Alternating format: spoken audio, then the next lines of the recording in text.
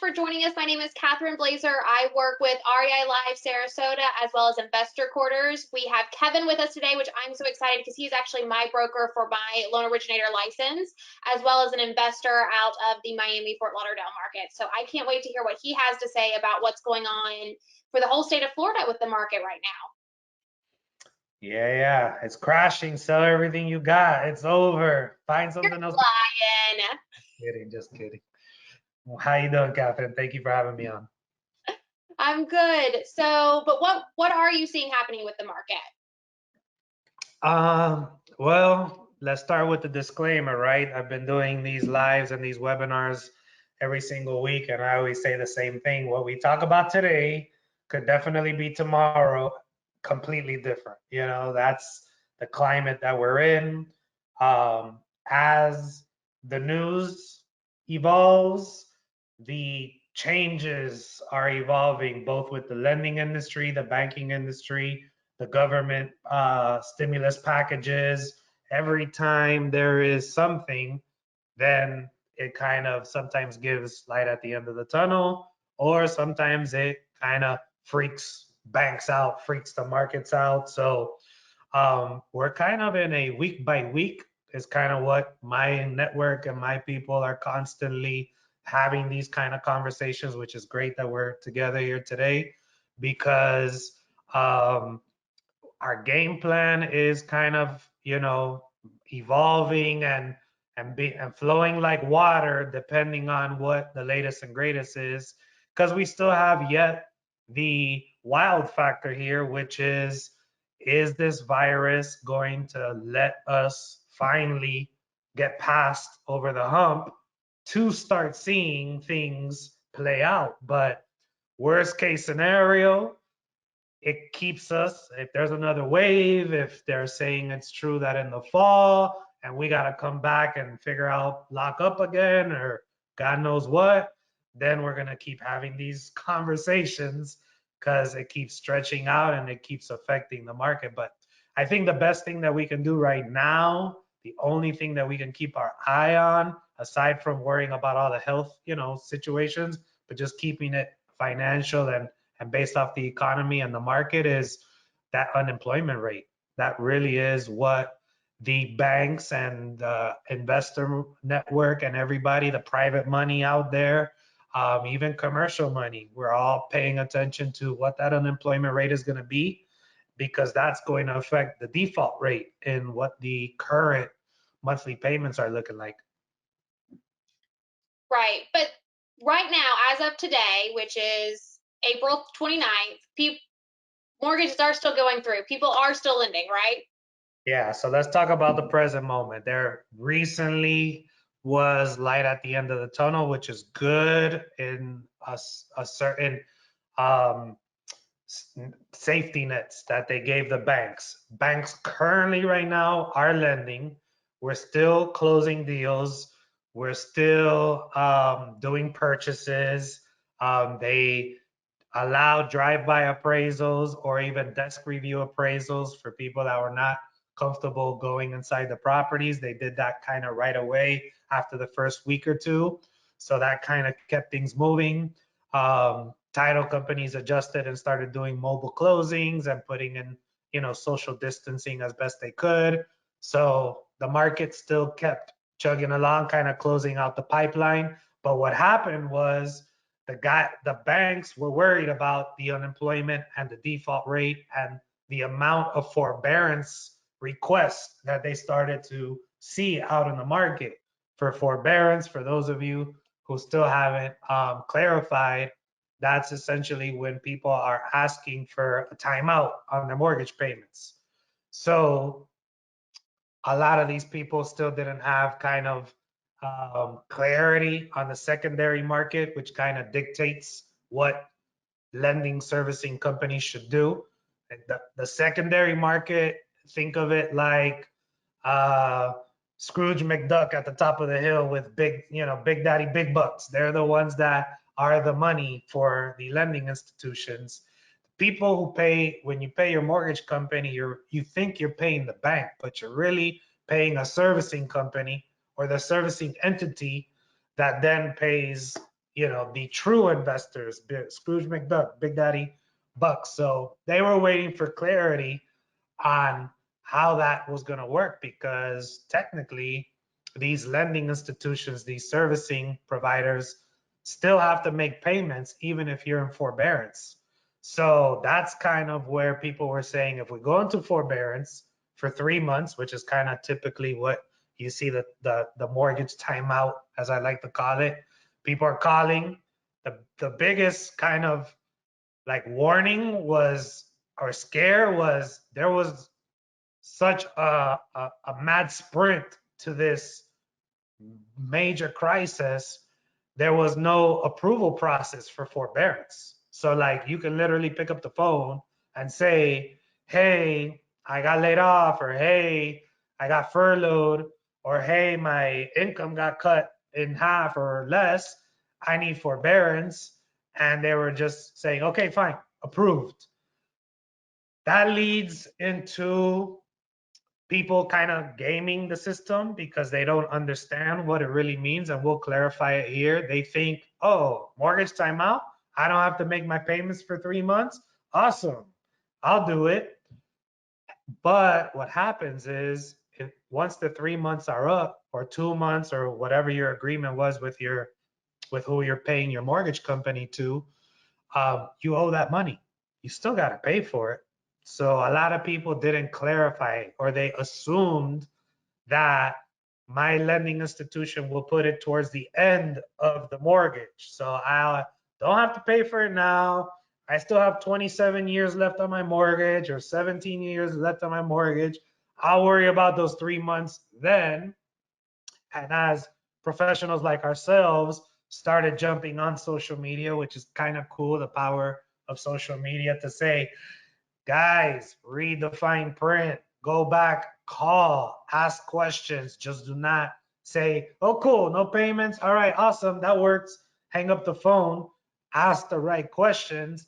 A lot of people started finding out that most forbearance terms requires them to pay the 3 months right after the 3 month period is up. So if you took April off, then April, May, June, your next payment July, you need to pay April, May, June plus July, 4 months in a row.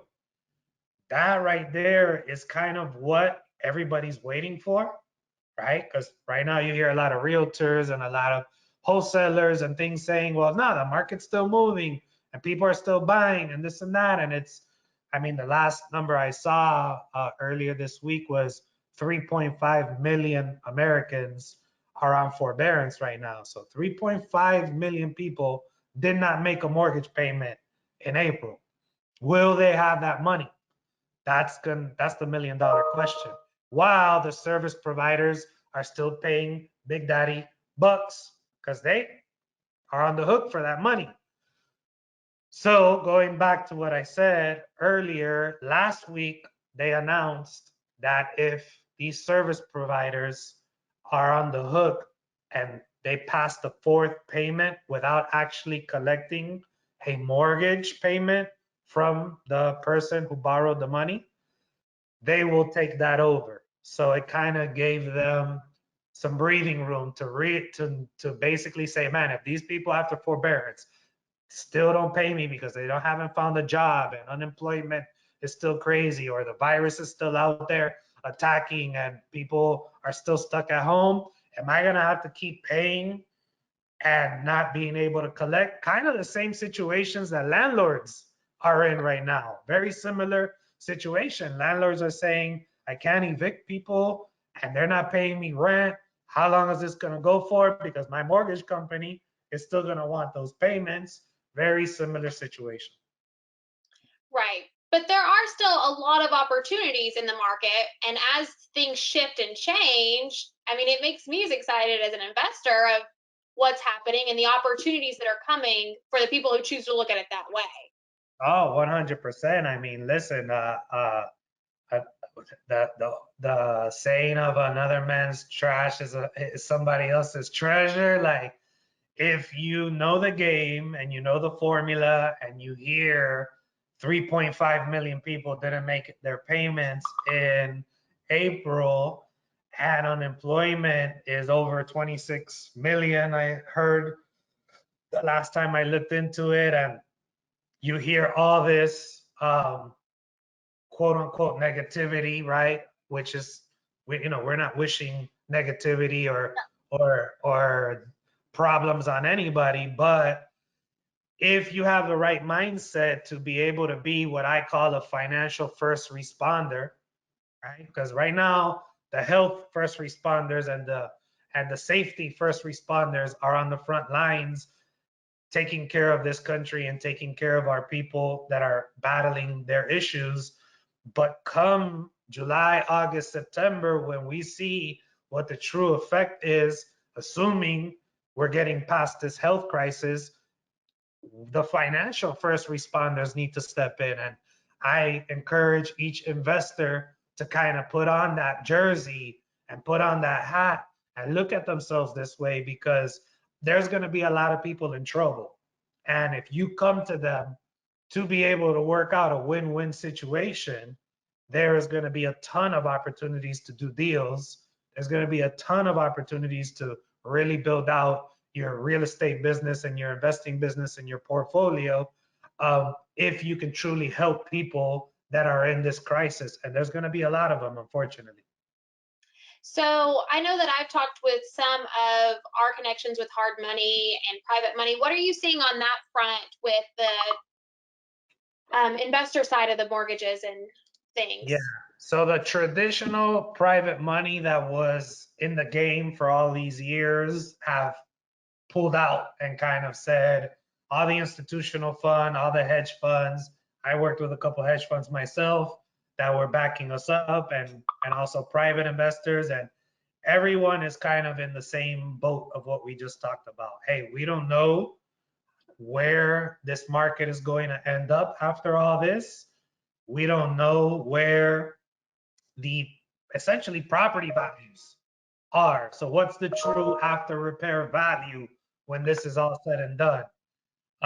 So let's kind of pull out and let's reevaluate and let's see where this goes. Some of the private money that you have seen step in is the people that will take risk on, and they know that they could come in and save deals that were on the hook, but tax and charge a whole lot more, and they have a higher threshold and they charge for that higher threshold. So they're in there trying to make as much money because of the circumstances that people are in. And now they are hanging around and considering deals.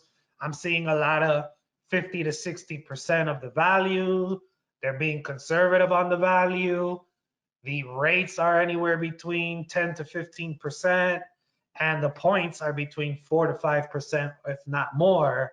So it's kind of like get out of jail type money. Hey, I'm stuck on a deal, or I really need this to happen.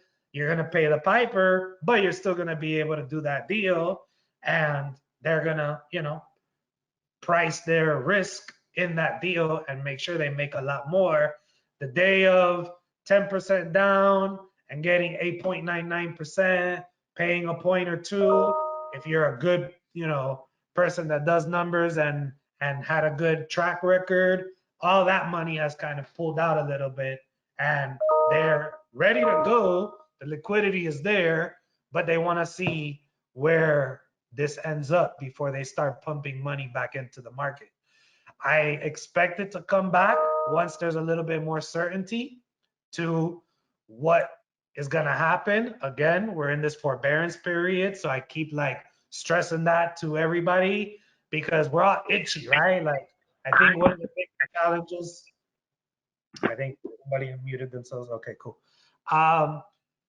I think one of the biggest challenges that people have is that we're go-getters. We, like sitting on the sidelines is not in our nature. But believe it or not, sitting on the sidelines right now is part of the strategy. It's part of the game. It's four quarters in a football game. We're in quarter number 2. we're about to hit some, we're in halftime going with this forbearance. Once we see where the forbearance ends, and does the government come in and approve a stimulus to give the American household, you know, a nice little chunk of change and allow them to make those payments, that changes the game completely. So those are the type of things. If we would have had this conversation 2 weeks ago, I would have told you I'm really worried that this could be worse than the 2008, 2009 crash. But being that Fannie and Freddie stepped in and told the banks last week, if you do a loan right now and they close next week and for whatever reason get laid off or their income gets cut and they go into forbearance right before they make their first payment, we're willing to buy that off of you still. That wasn't 2 weeks ago present. So banks raised their guidelines, tightened everything up, almost made it very difficult to get deals closed during this current climate because they had no certainty. They didn't know, what if I lend you this money and you get laid off? I mean, we lost a ton of deals in the pipeline for people that took 50% pay cuts, got laid off, or got furloughed. So they didn't want to close on that deal. And then before they start making their mortgage payments, get those forbearance phone calls because they still have to pay, you know, the secondary market. So that's light at the end of the tunnel. They have people that they have now, Fannie and Freddie, that said, we will take those. However, we're going to tax you just like private money. We're going to charge you, I think it was like 7%. So on a loan that's $300,000, 7% is like $21,000. And if the bank, let's say, only makes $1,500 per loan or $2,000 per loan before they sell it on the secondary market, and they have to do that in volume, taking a $21,000 hit, how many of those deals do now they have to close to make up that loss?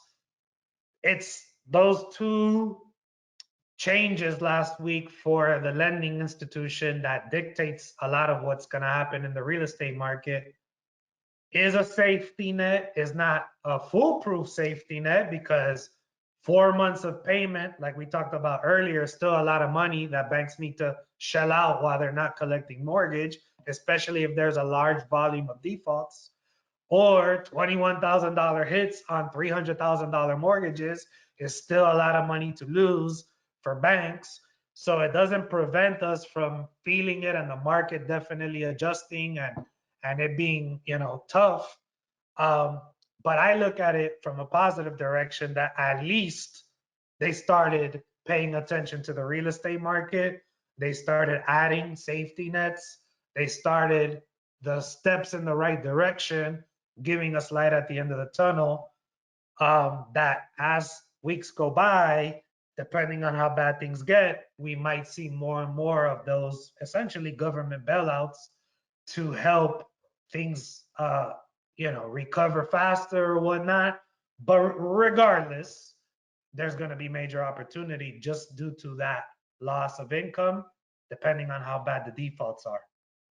So talking about that and opportunity, because you are also an investor and I may have missed that on your introduction and I apologize. Where are you setting goals and putting energy towards on that side of your business? Right. Very good question. So yeah, we lend our own money, right? We do private money. We purchase properties as well, buy and hold, Airbnb. We have flipped properties, even though this year we did not flip any properties because we felt we were in the top of the cycle. So our personal strategy was no more flipping properties because it's like a game of musical chairs. Eventually, what goes up must come down, what goes down must come up, and it's the typical economic real estate cycle that we all have ridden. So we weren't comfortable flipping properties anymore, but we were definitely comfortable picking up properties, fixing them up, and adding them to either our Airbnb strategy or a buy and hold.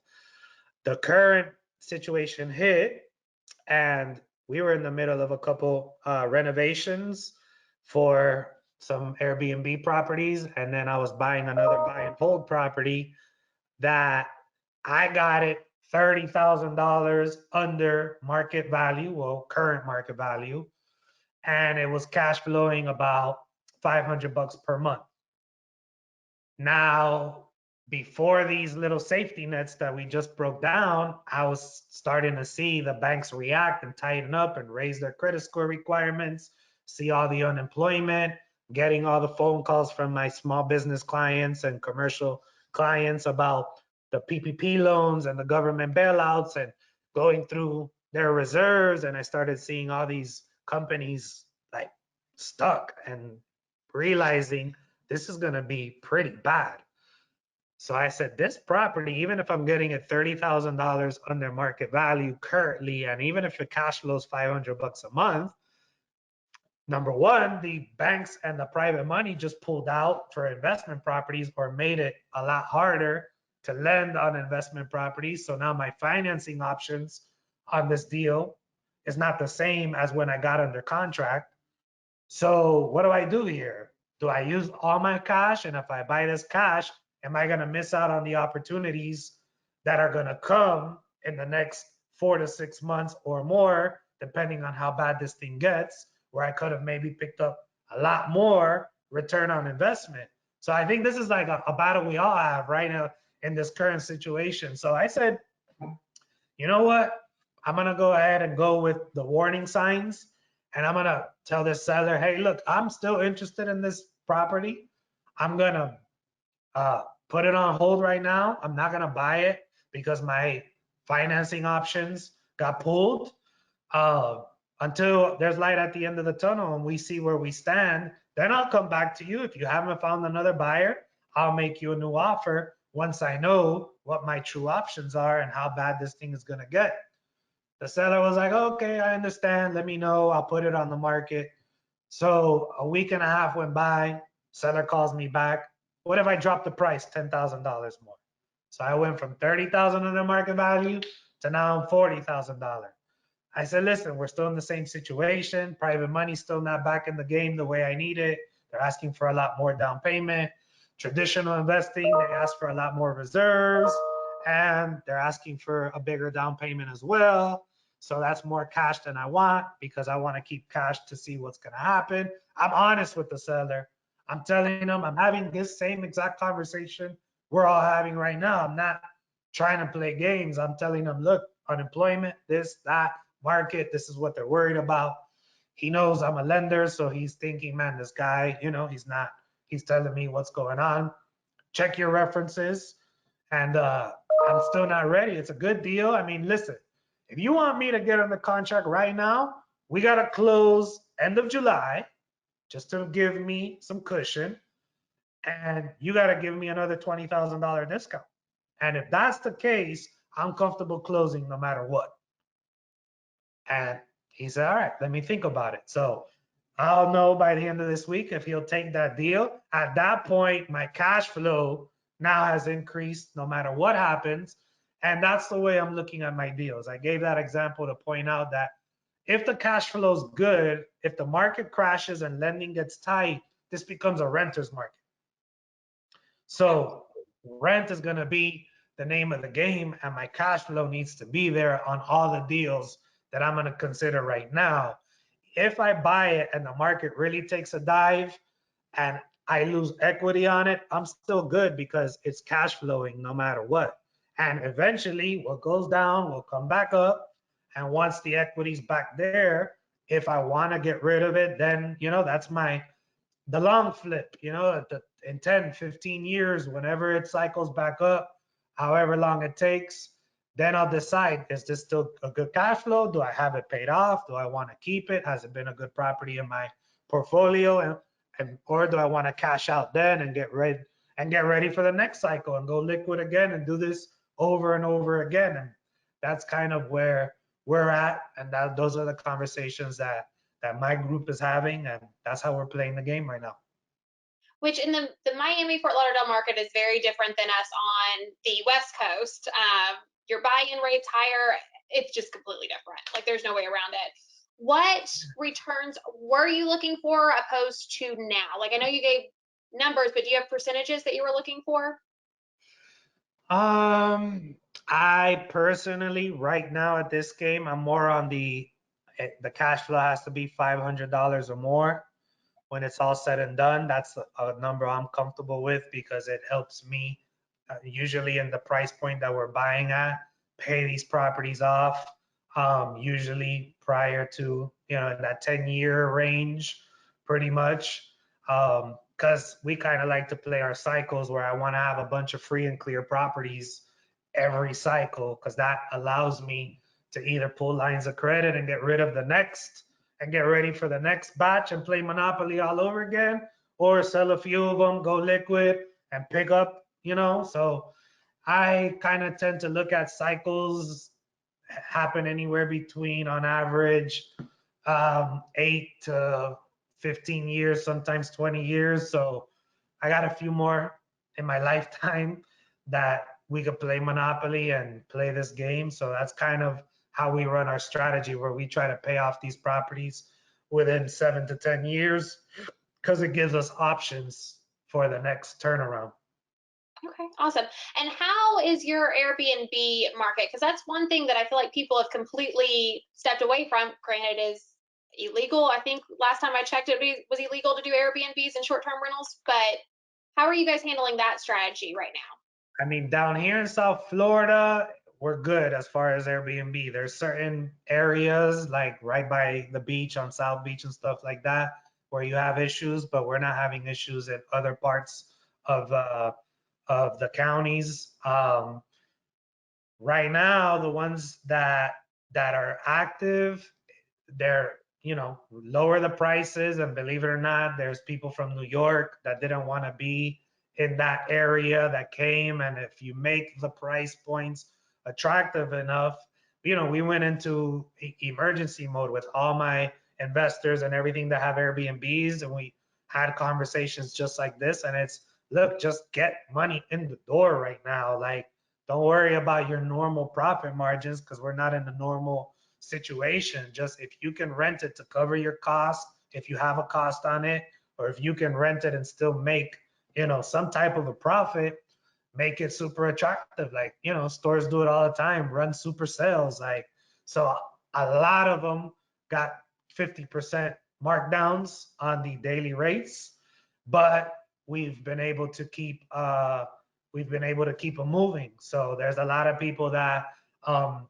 work as first responders and didn't want to be around their family that inquired about Airbnbs. There's still a lot of people that have to travel for work because they are in some type of essential business that need to stay here for 4 or 5 days while they are delivering or picking up or doing whatever they need to be doing in this crisis. And they're looking at Airbnbs, especially for Airbnbs that are single family homes or that are not in buildings and hotels and whatnot, because a lot of hotels aren't taking guests and people don't want to be in elevators and things like that with other people right now.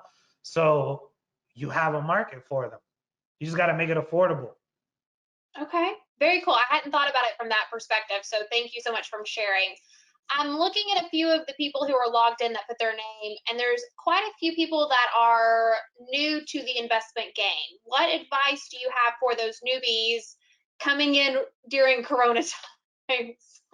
Yeah, the beautiful part is like we have a formula to follow that happened back in 2007, 2008. I didn't know that formula like I know it now. I thought I did, even though I was in the real estate business and I was in mortgages and whatnot. I just knew the cash flow game, but I didn't know the wholesale game, and I didn't know creative financing and subject to and all these things. So being a part of groups like this is huge because you get exposed to these tools in your tool belt that are really going to be key in these next 12 to 24 months. So getting really familiar with how this works. Don't be scared to partner as well, because I think the biggest mistake people do is they look at it from a deal perspective where it's, oh, there's a potential to make $8,000 here. I don't want to share this $8,000. Instead of bringing in somebody that knows how to really do that deal and can walk you through it and make sure it actually closes. I've seen too many newbies get excited about the potential of making X amount of money on a deal and then end up making no money. And if they would have had an experienced partner that they can joint venture on the deal, they would have been able to close on it. Um, Raising capital, like cash is king right now at this point, and really being able to become a master networker, not being scared. I mean, I raise funds all the time for our private money, and it's just really one of those things that you just gotta fall in love with rejection. You gotta have a ton of conversation. Treat it like dating, you know. Don't try to take somebody home on the very first conversation because they don't know you. So you got to build a relationship. You got to build that like factor, that trust factor. And just like if you were, you know, dating your husband or your wife or someone you really wanted to spend the rest of your life with, you need to approach it differently than a one night stand. You know what I mean? Like nobody who's got serious money is going to take you serious if you're just trying to reach into their pockets the very first time you have a conversation with them. So having a, you know, dating 21 questions. What are you into? What type of deals do you like? Who do you like to sponsor? Who do you like to work with? What type of, you know, properties and what type of business do you like to do? You'd be surprised. A lot of people that are liquid, whether they have it in their IRA accounts or they have um, funds because they just sold property or a business or whatnot, if they are well off, like $1 million or more, they're not too interested in blood, sweat, and tears. They kind of want their money to work for them instead of them working as hard. They kind of already did that, right? To accomplish whatever they did. So if they find quality team members that they can trust 100%, that are going to put in those blood, sweat, and tears, and they can build that relationship to where trust is the number one thing, you could be their golden goose and they will open up the floodgates when it comes to money. And once they give you one opportunity, you have to be, you know, 100% uh, ethical, and you have to pick up the phone every single time. I think that is the biggest mistake people do. They do not pick up the phone. And I don't care if you don't know what to say, if you're not sure, like pick up the phone, tell them you'll call them right back, and then call somebody that knows how to handle it. But pick up the phone. That is the number one mistake I see people do. And if I have money and you pitch me and you said this or that, or you're, you know, even from motivated sellers, like the minute they call, if you don't pick up that phone, game over. You're not getting them back on the phone. Game So, over. yeah. If I feel you're tough to get a hold of, you know, game over. Like remember, if you want my money, if it's flip side, if they want your money, well then okay, that's a little different. You can, if you're busy and things like that, that's understandable. But if you're trying to impress somebody, you gotta be there. You gotta pick up the phone. You gotta, when they ask something of you, you gotta come and show up, and don't be scared to have these conversations. You go through the phone and you have this conversation that we've been having today. Hey, what do you think's going on? Like, first and foremost, how are you? How's the family? How's the health and all that, right? Do you cover the personal, build rapport, actually show that you care about them and their surroundings and their health. And then it's, hey, what do you think's going on? What do you think's going to happen? Pick their brain a little bit, see what their opinion is. This is everybody in your phone. Then say, well, this is what we're doing, and I'm part of a group. Me and a couple of partners, we're getting together, we're raising funds. Like, it's cycling, there's going to be opportunities, and you start telling them what you're doing.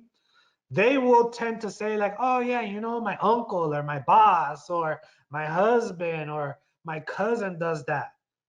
really, man, you know what? I love to be able to have a conversation with them to see if there's some synergy or see what they're doing or see if maybe we can do some joint ventures. Do you think that you can connect us, or what's the best way for me to get in touch with them? And if you get on your phone and these next 30 days, you're having that conversation nonstop, they will lead to opportunities. And then you just got to have the aggressive, smart, strategic nature to get introduced and just keep having these conversations as much as possible until you get to the person that says, "Hey, yeah, man, we're lending money for the right people. We like to get into the real estate.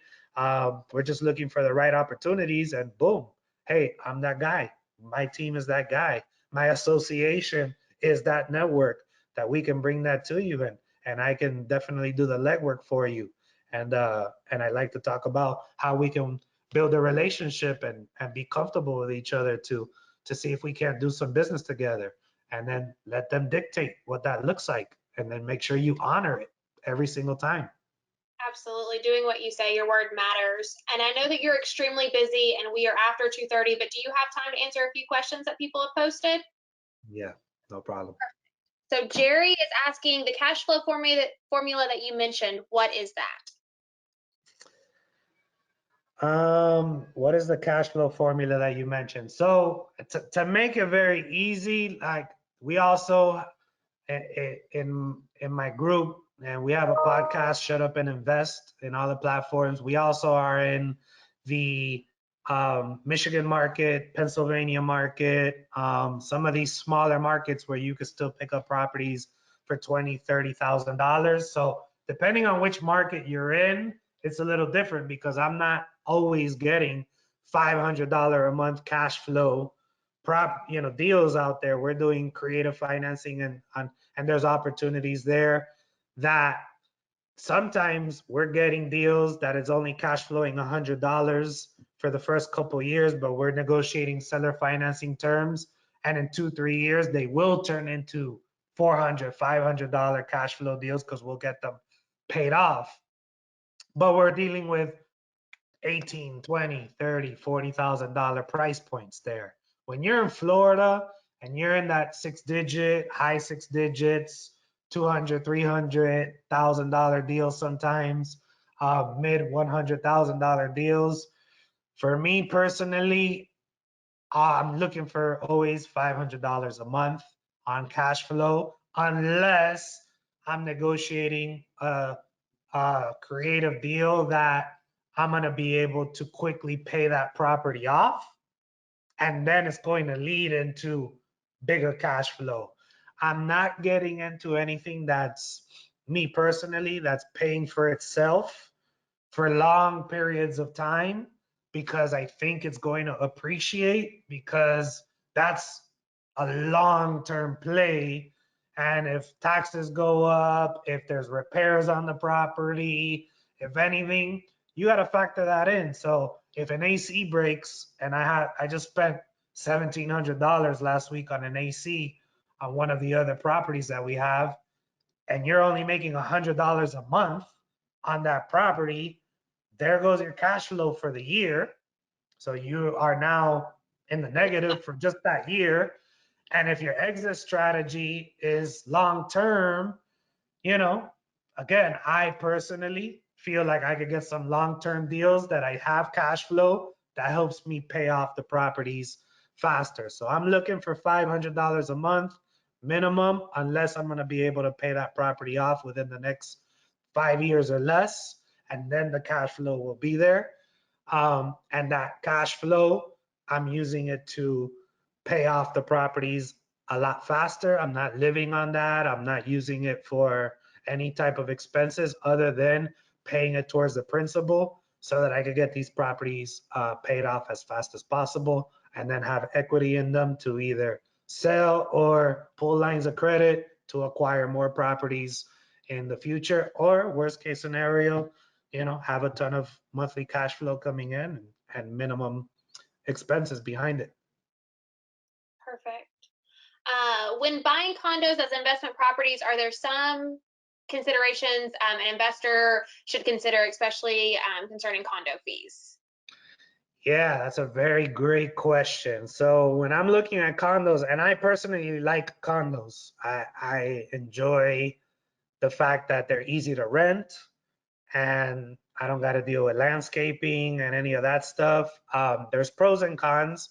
As far as the association and what you need to take into consideration, I mean, I have a checklist of condos that I kind of go down the checklist and see if it meets my requirements.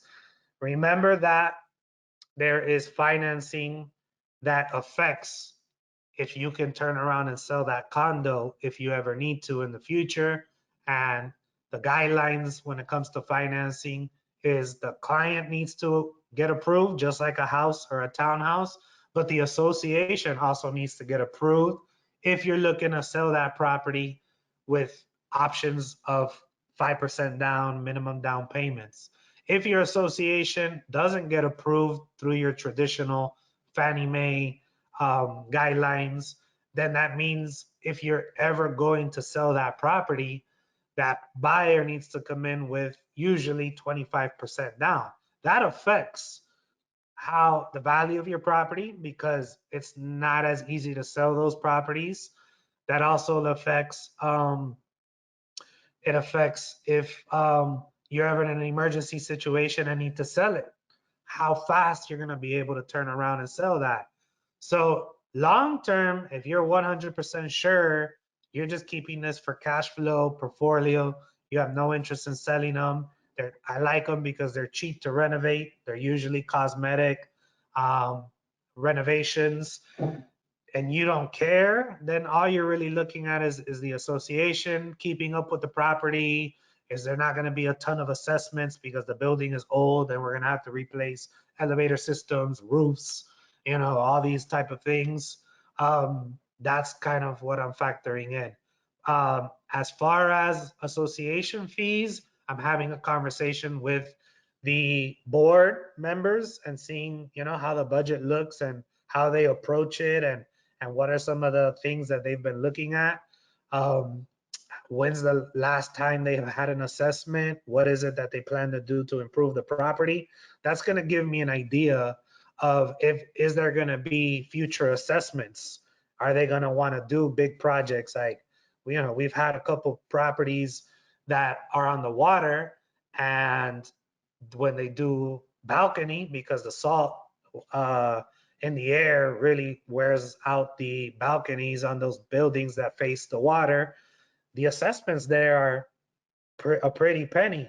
And if they're coming up, that's going to affect your return on investment. So those type of factors you got to take into consideration anytime you're getting into condos. But me personally, I love low maintenance condos in areas that are in the B range, A and B range, that cash flow really good, and they're easy to renovate and cosmetic usually, and you can rent them and very low maintenance after you renovate them. You hopefully don't have, people upstairs causing issues or plumbing that drips into your unit. Those are usually the headaches. But other than that, with a good association and whatnot, they deal with it quickly. It gets fixed, and you know, every property there's some type of headache. But from a numbers perspective, that's the only thing that I'm worrying about. They're not the best for quick flips if the association is not in a good financial status. Perfect. So the first two questions kind of go off of each other, and they're talking about the Fannie Mae and Freddie Mac payback safety net that we spoke about at the beginning of the conversation. Do you feel like they are the exception to the rule, or do you feel like the big banks are going to follow the key, their first step? Yeah.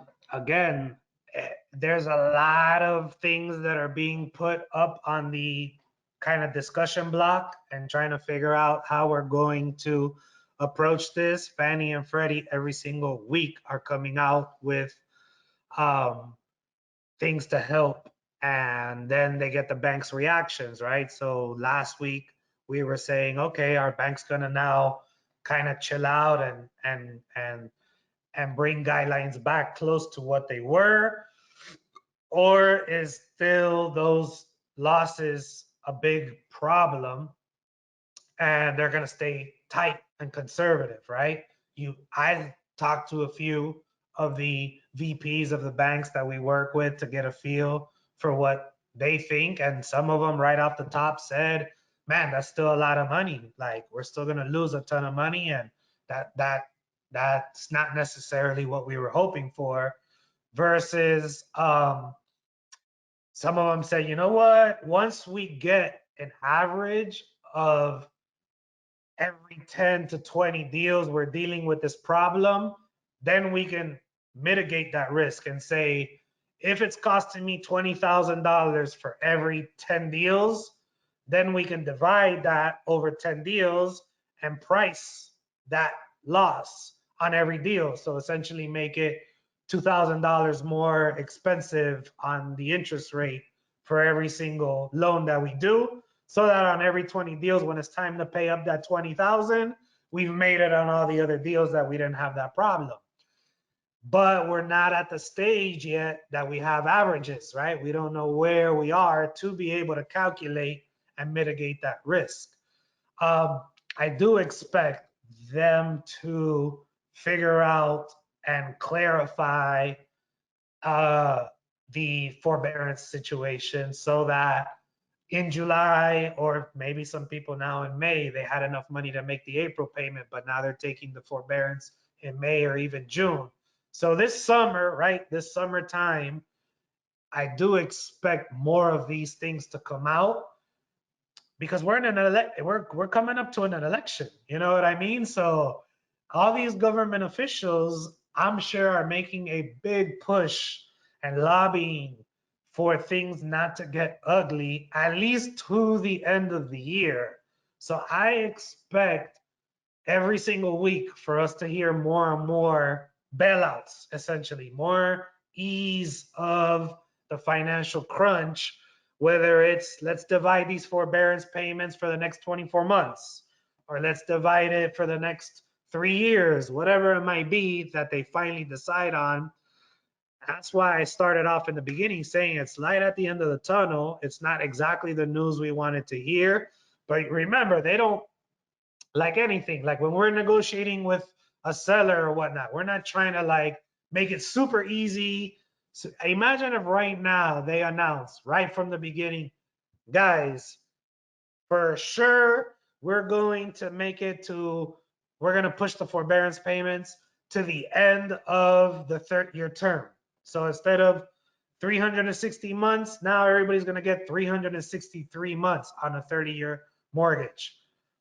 We got to understand how this system works. If that happens, probably everybody in the United States will call, whether they need it or not, and say, yeah, let me get that little time out. Everybody loves a vacation. I could do something with that money. I could pay off my debt and I don't have to worry about it.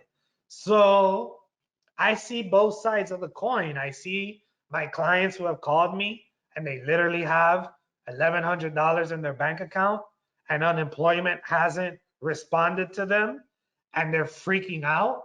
And I understand that, and there's empathy, and you know, their thought process is, these freaking banks, yeah, sure, they gave me forbearance, but in July I gotta come up with that money and unemployment hasn't even answered me.